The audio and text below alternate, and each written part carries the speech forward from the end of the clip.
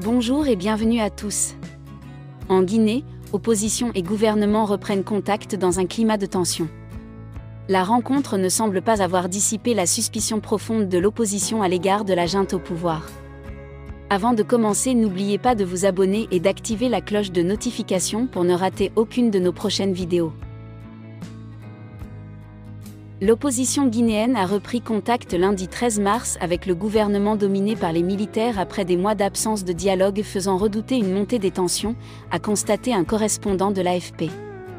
La rencontre ne semble pas avoir dissipé la suspicion profonde de l'opposition à l'égard de la junte au pouvoir, encore accrue par l'interpellation d'un de ses membres samedi. Des représentants des forces vives, une coalition des principaux partis, de syndicats et d'organisations non gouvernementales, ont accepté de rencontrer le Premier ministre Bernard Goumou sous l'égide de leaders religieux. L'un des intercesseurs, Jean Boston Bangoura, de l'Église anglicane, a admis devant des journalistes qu'il s'agissait d'une « prise de contact ».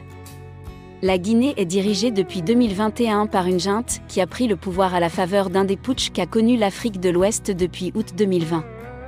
Les militaires ont consenti sous la pression internationale à rendre la place à des civils élus d'ici à la fin 2024, le temps de mener de profondes réformes, précise-t-il. Un pays coutumier des violences politiques. L'opposition a été confrontée sous la junte à l'arrestation d'un certain nombre de ses dirigeants et au lancement de poursuites judiciaires contre d'autres.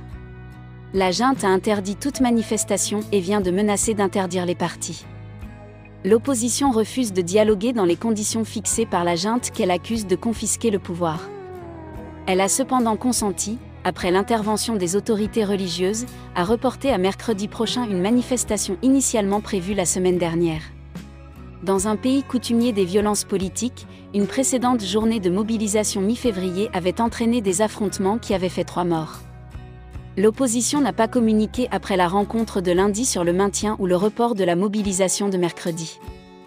Abdoulaye Bari, un responsable syndical membre des Forces vives, a cependant déclaré à l'AFP que, si la junte prenait la démarche des religieux au sérieux, elle n'irait pas arrêter un des acteurs majeurs des Forces vives.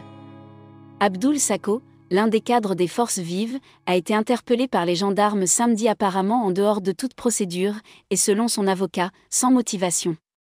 Il a été relâché mais a nouveau été convoqué lundi. Joint par l'AFP, il a rapporté que les gendarmes l'avaient interrogé sur son implication dans l'organisation de manifestations interdites. À nouveau relâché, il doit retourner chez les gendarmes vendredi.